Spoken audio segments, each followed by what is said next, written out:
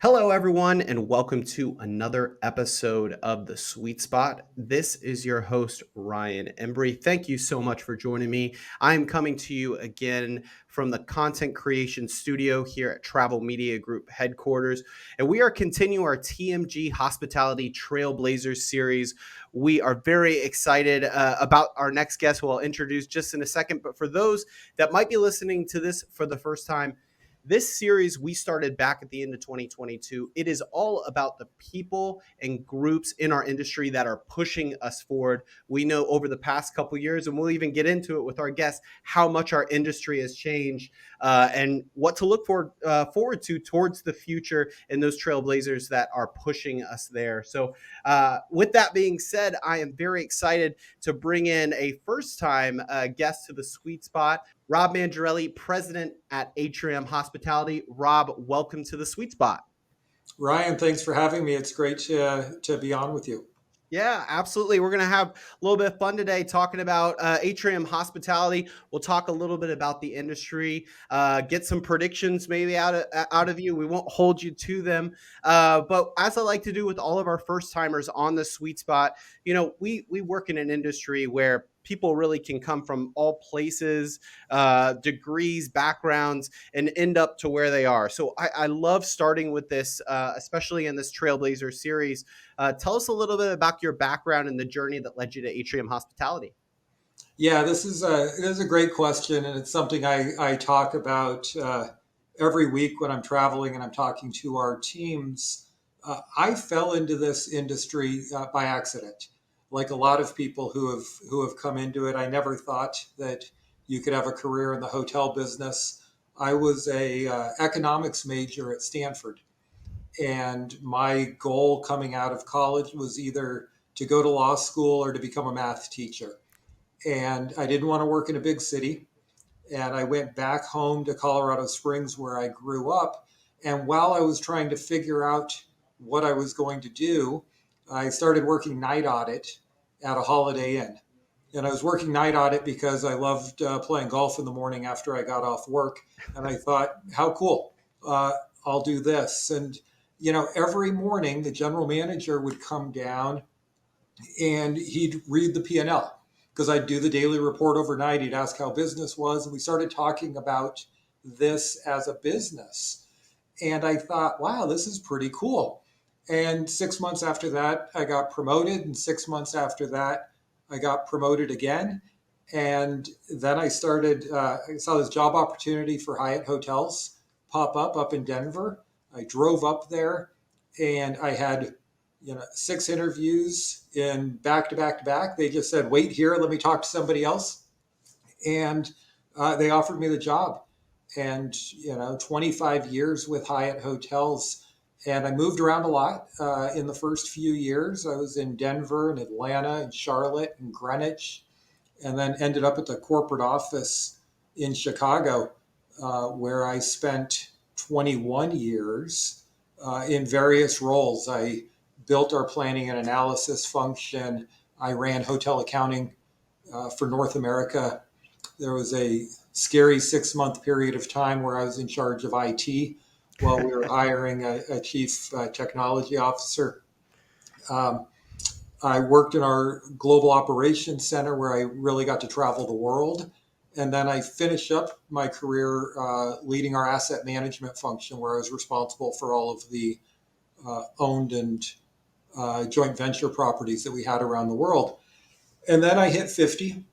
And like most people, right, instead of buying a Corvette, I thought this was a good opportunity to reevaluate my life and what I wanted to do for the last 10 years, 12 years, whatever many years of my career there are left. And I thought, I've spent so much time at Hyatt, but what I really want to do is get on the operations side of things. So I left Hyatt to work with a partner of ours who owned and managed hotels based in Rhode Island, and great experience. But 6 months into that gig, an old friend of mine gave me a call, and Craig Mason's the president of Atrium Holdings, and I've known Craig since the early 2000s when I was at Hyatt and he was at Hotels, and he said, "Look, we have this great opportunity, fantastic team, and a great portfolio, 80 hotels around the country, and we'd love to come for you to come join us as the chief operating officer." And ultimately, uh, there's growth potential into the president's role. So I came in. Craig convinced me to come in last February, and by May, he had moved me into the president's position. So it's been a lot of moves, and we're now based in Atlanta. My wife and I moved down here in September. So it's been a wild ride, but great to be here. As I get that hospitality bingo card out, I see, wasn't meant to be in the hospitality industry, right? We always hear that.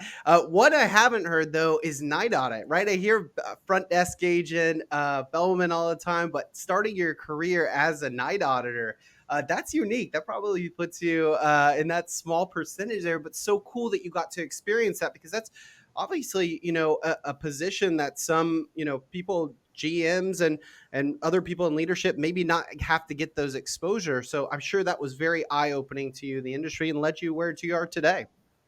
Yeah, absolutely. I think that, having that perspective of working on property is super helpful when you come to a corporate office because you understand it. But for me, what really helped was this was back in the old days when night auditors actually did night audit.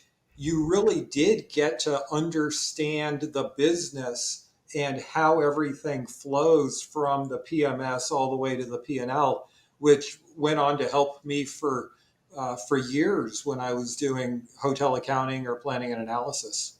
Oh, I'm sure. And on that subject of maybe going into some roles that you're not necessarily used to, our industry had to do a lot of that over the past couple of years, right? Some of GMs and operations people maybe taking some of those roles that they hadn't done in a decade or years or ever before.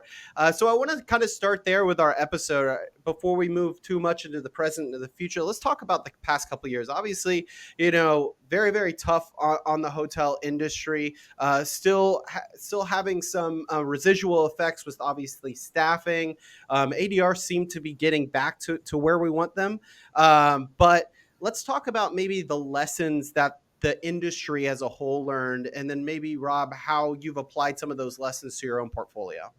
Yeah, no, that's a fantastic question. I think, first and foremost, we're reminded of the value of having great leadership on property and how important it is to have a general manager who can get down and do work, who can communicate properly, and who can keep things running.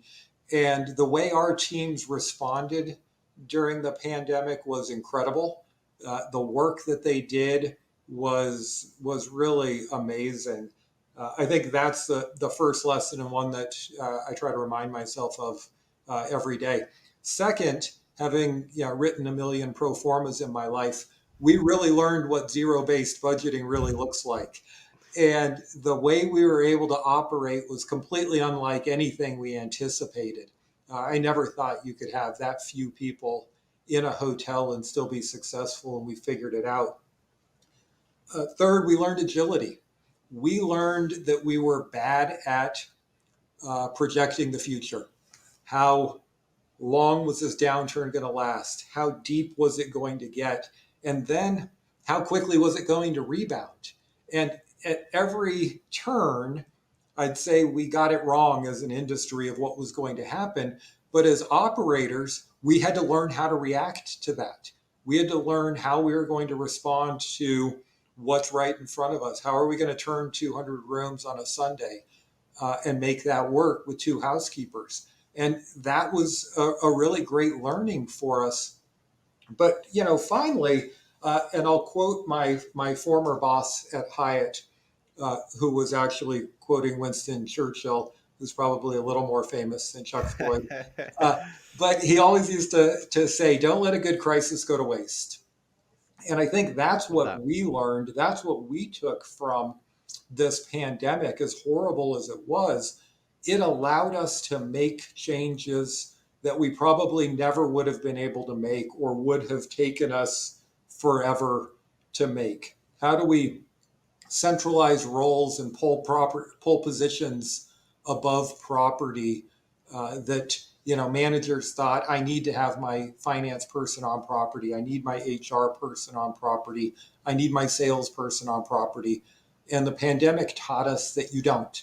And we can be more efficient as an organization if we take those above property. And we also learned the value of technology, right? How do we use technology not only to communicate with our team members, our associates, but also to communicate with our guests in a way that simply makes us more efficient? And I think those are the types of things that we were forced to learn during the pandemic, but we'll never go back to. Oh, 100%. And the way that you said how we talk to our guests, one of the things obviously at Travel Media Group that we work with is social media.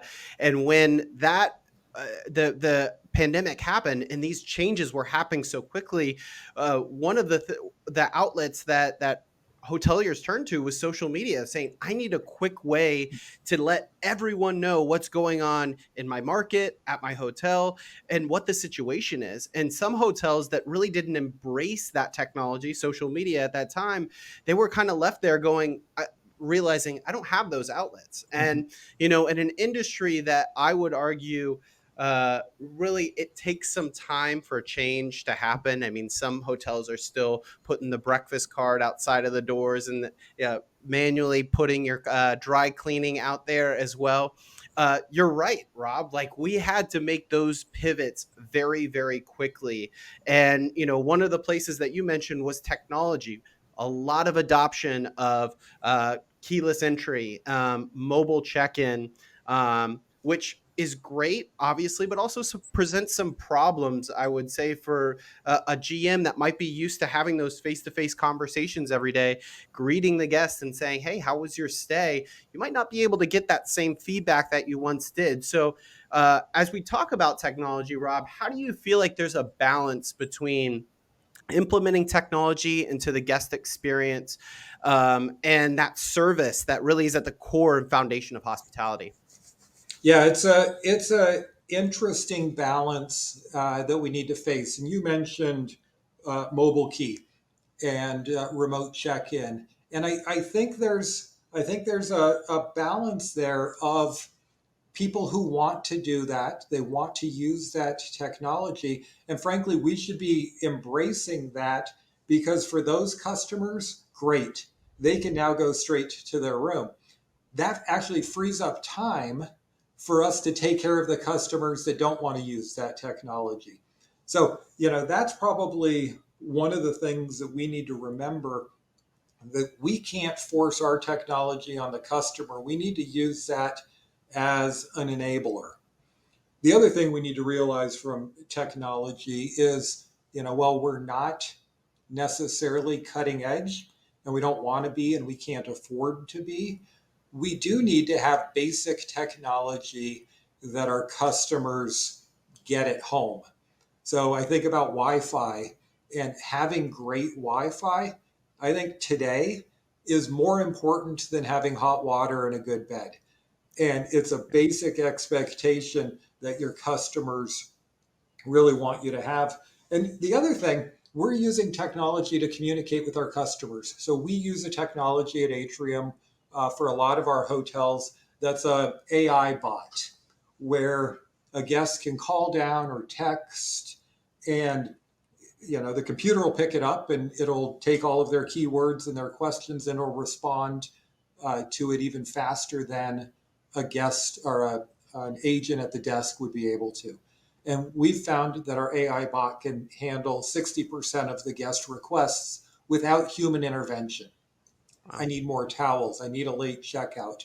All of those things that take work off of our plate, but make life easier for our customers. That's where technology's an enabler to provide that better service, not a replacement, but something that really just allows that experience to be a little bit better for our customers.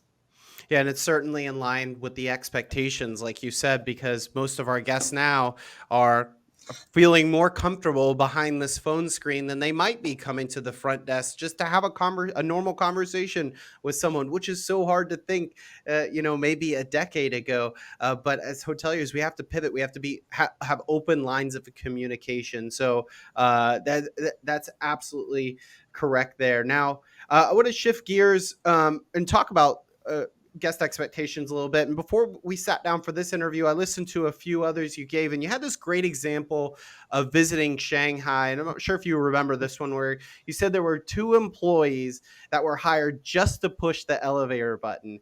But your point was that was the expectation where you were visiting. And we speak a lot on this series about guest expectations because they've changed. Like as no matter what we say, they've changed and they're higher than ever. Right? Nobody's going to come back down and expect less clean rooms than what we're providing right now. The pandemic had shifted that. So how do you feel guest expectations have changed over the past couple years, and how do you implement things to not only meet them but hopefully exceed them? Yeah, it's a great question and a good reminder on Shanghai. I remember my first visit there, and I was just shocked. I was blown away by the level of service, and I hadn't traveled a lot internationally, so it was a great experience for me and one that I miss. But to your question on expectations, what I think is happening is that expectation gap is widening. And it's one of the problems that we have today. You have some customers, to your point on your phone, who simply want to be left alone. Mobile check in, knock and drop room service, don't clean my room. And then you have other customers who are craving service. They don't get it with the airlines. They don't get it in their restaurants anymore. They don't know where to have that experience of somebody taking care of them. And they want that when they come to your hotel. And as hoteliers, it's our job to understand what bucket you fall in. So the simple answer is be friendly. Even people who want to be left alone want you to smile at them. Uh, but second, we need to find a way to say yes more. COVID, one of my coworkers loves to say, COVID taught us 100 ways to say no to the customer.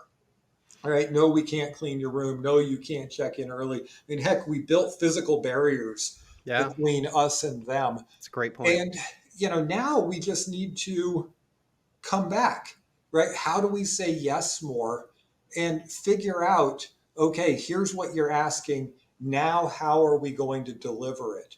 But to your point, how do we meet it and then exceed it? I think first we need to understand what those expectations are. And that's really all comes down to communication.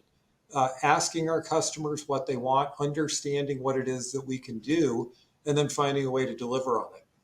Yeah. And one of the best places to look for that is online feedback that guests are leaving us, right? Review sites across the board. I say it all the time on this podcast. Our guests are leaving us blueprints of how to make the perfect stay every single day. And if we listen and we implement some changes here and there, we can really refine that guest experience there. So I completely understand it and agree with you there, Rob. So not to go hone back on we got everything wrong during the pandemic, but I am going to ask you here for a prediction. Okay. And it's just a trend. I'm very curious about this because this is the segment that's been lagging behind. We've been missing business. We've been missing the group travel, starting to come back a little bit more, but it's really been led by leisure at the end of the day. Where do you see business travel going into 2023? A lot of economic uncertainty, a lot of, dark storm clouds, maybe. Where do you see that headed? And then I guess the second part of my question is Atrium Hospitality targeting these travelers differently? Because we've heard the hot terms of leisure travel, and everyone's working from home, so they're going to change the ways that they travel. So are you guys targeting Are you targeting those travelers differently? Yeah, a lot to unpack there, and Yep. I'll preface it by saying we've demonstrated our inability to forecast. But what I would say, let's start with group, because you mentioned group. We're a very group heavy company. The makeup of our hotels, so we have 81 hotels and 20,000 guest rooms. But in addition to those 20,000 guest rooms, we have 3 million square feet of meeting space that we support. So we do a lot of group business. And we expect group to be back to pre-pandemic levels this year. Now, it's a different kind of group. It's a lot more Smurf. So you're getting the sports teams, you're getting the dance groups. I was in a hotel last week and they said, we figured out 100 different ways to pick up glitter out of our carpet because of the customer. And we don't have those corporate customers and that association business that we necessarily had pre pandemic. I think they're coming back. Now, I think what will happen is the major markets will see them first. So if you're an association, if you're a state association group and you're in Illinois, I'll take my old hometown, you weren't able to afford to go to Chicago pre pandemic because the corporate and the pharma and all of that priced you out. Well, right now you can afford to do that. So they're going to those markets. When the prices start increasing there, then it'll start pushing down to those secondary and tertiary markets. And that's when I expect to see that group business come back to us. Uh, on the corporate side, on the corporate travel side, I don't know that we will ever see that fully recover. I don't know that Tuesday and Wednesday will become those peak nights. I think Friday and Saturday have turned into the Tuesday, Wednesday of pre pandemic. And, when we talk about bleisure, you ask, how do we think about it? Well, the beautiful thing about our business, we're the largest owners of Embassy Suites in the world. And that brand in particular, I think, is so well suited to that business leisure component. I have 2 rooms. The kids can be sleeping in one room while I'm on my laptop doing a podcast in the other, or on a Zoom call with my team, or I can send them down to breakfast and do work in the room.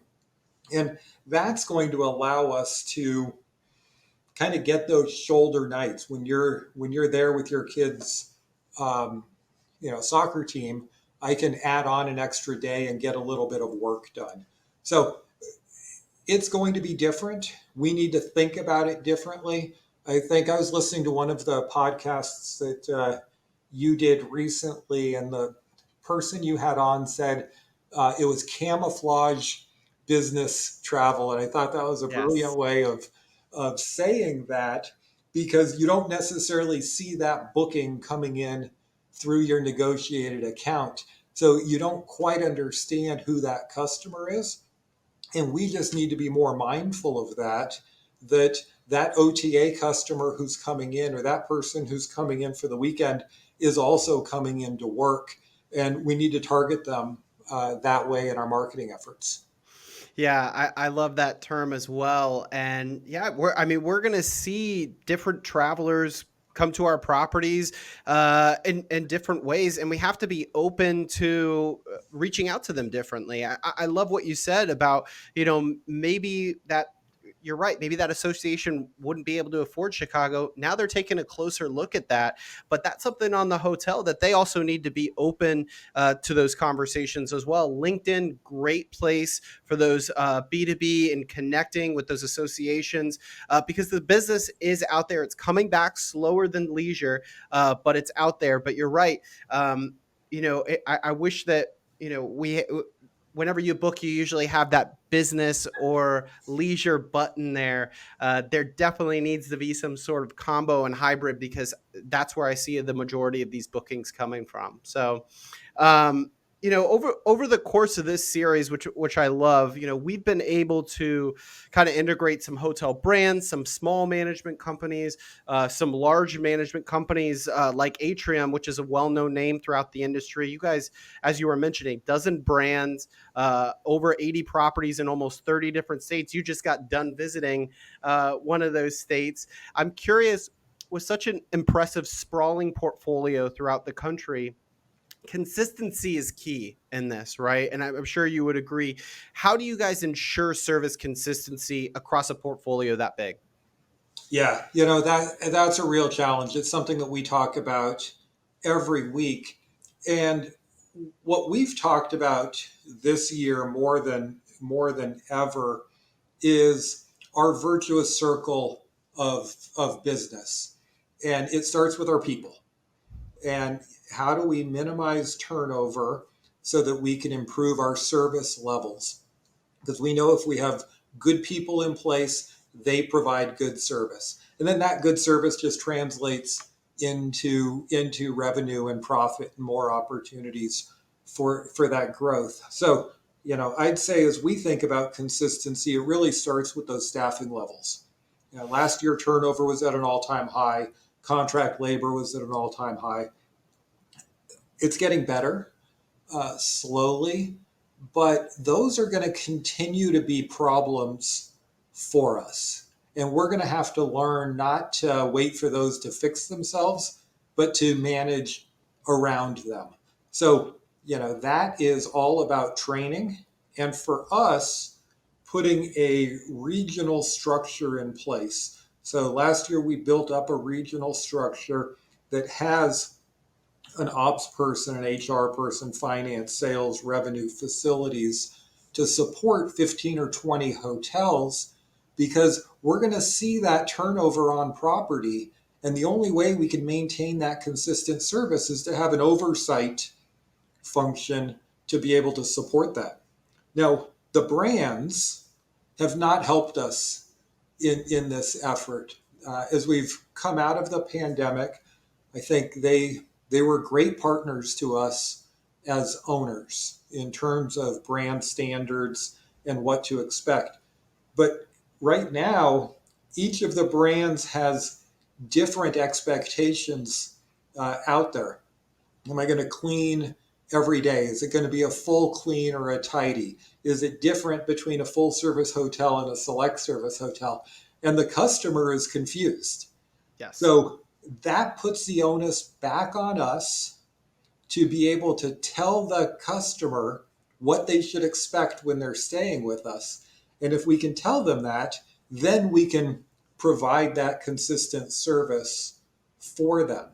So it's an ongoing challenge. And it muddies the water of those expectations that these guests are having. Even traveling.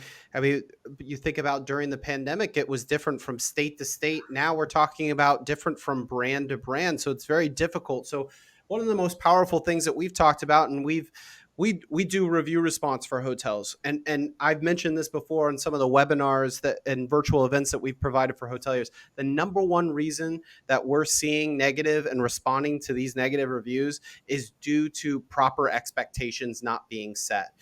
It's not that they didn't have a good experience. It's, hey, I came into the property and I was expecting a hot breakfast, and they still have grab and go. And where does that that blame kind of sit on the hotel versus the guest of, you should know this, or we should be putting this out there via social media, review response on your online, so that they understand this when they come on the property, what exactly they're getting. So I absolutely agree with you, Rob. These expectations are continuing to change, but it's going to be the hotels that really have a strong online presence and can set those expectations prior to a guest arrival, that are going to see success. And one of the things you mentioned was the staffing shortage, obviously impacting our entire industry. The management companies that are going to do the best are the ones with a strong culture. So I went on Atrium's website. There's a lot of talk about the Atrium spirit. So I wanted to give you the opportunity to kind of talk about what that means, and how you've been able to use that in the midst of this, really unprecedented staffing shortage that we haven't seen in decades. Yeah, no, it's a great question and one I love talking about because I think the culture at Atrium really is one of those differentiators in our business. My head of revenue management here, he also was a 20 plus year Hyatt employee. And he said when I started, he said, I was afraid when I left Hyatt that I'd never find that culture again. And I found it here at Atrium. And he couldn't be more right.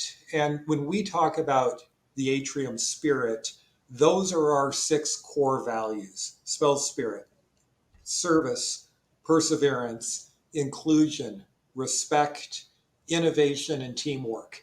And we talk about it in every one of our calls, in every one of our meetings. But more than that, we make sure as a leadership team that we're demonstrating those values in all of the actions we take. So I'll give you a great example of something that we do that's, I think, fabulous and terrifying all at the same time.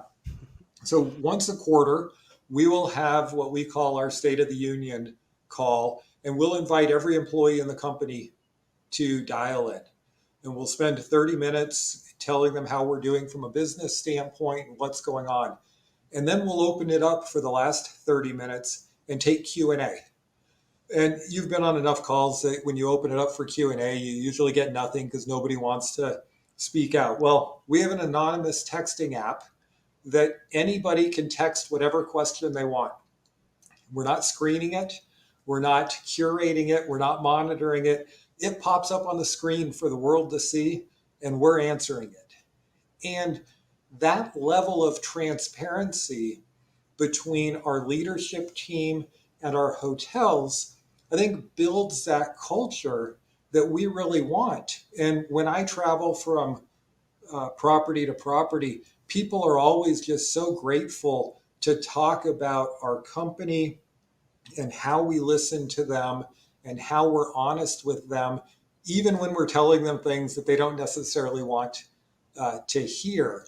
But that's the difference as we want to build a great team that can provide that level of service. We need to live that from the top.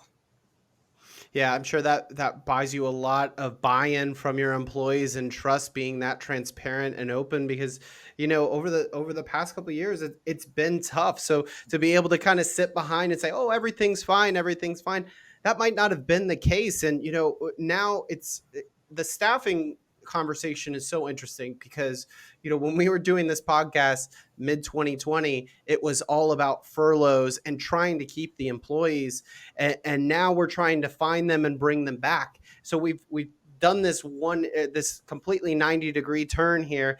So I'm sure it's things like that transparency, that really, like I said, just buys you trust and buy-in within your associates over there at Atrium Hospitality.